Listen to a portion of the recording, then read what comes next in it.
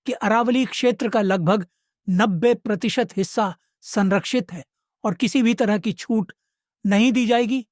अवैध खनन के खिलाफ सख्त कार्रवाई जारी रहेगी और शहरीकरण की कोई योजना नहीं है। सरकार का कहना है कि अरावली का संरक्षण पर्यावरण संतुलन और जल सुरक्षा के लिए बेहद जरूरी है। कोलकाता के हावड़ा जिले में हुए भीषण अग्निकांड ने पूरे इलाके को शोक में डुबो दिया।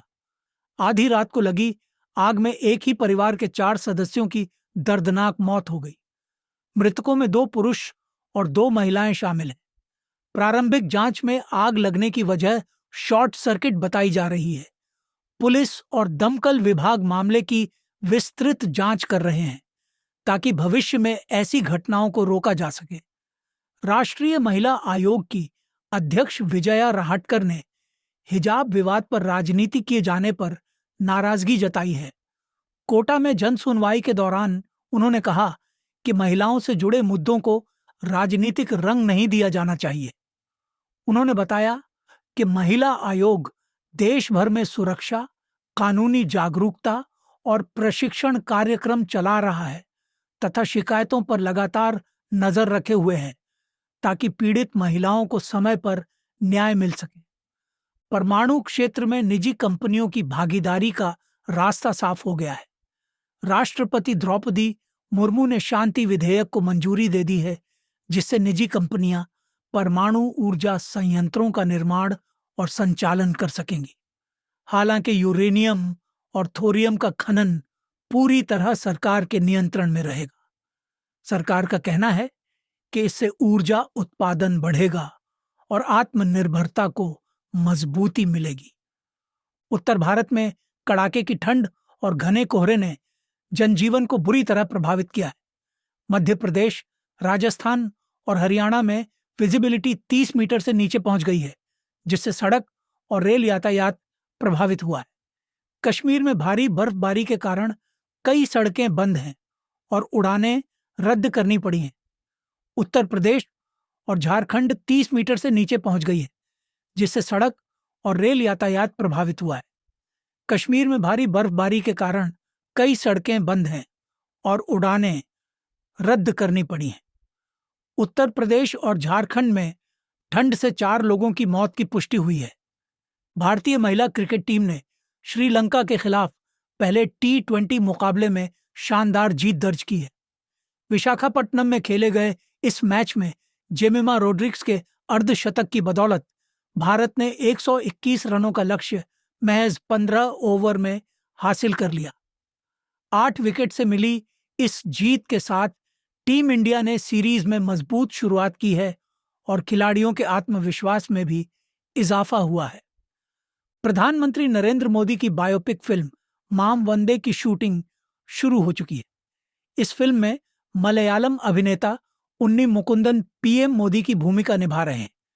मेकर्स ने पूजा के साथ शूटिंग शुरू होने की जानकारी साझा की और इसे एक ऐसे नेता की प्रेरणादायक कहानी बताया जिसने देश की राजनीति और विकास की दिशा बदलने में अहम भूमिका निभाई है। हैदराबाद में एक पब्लिक इवेंट के दौरान अभिनेत्री सामंथा रुत प्रभु के साथ हुई बदसलूकी ने सुरक्षा व्यवस्था पर सवाल खड़े कर दिए हैं। साड़ी शोरूम के उद्घाटन के दौरान भारी भीड़ ने उन्हें घेर लिया और धक्का मुक्की में उनकी साड़ी तक खींची गई।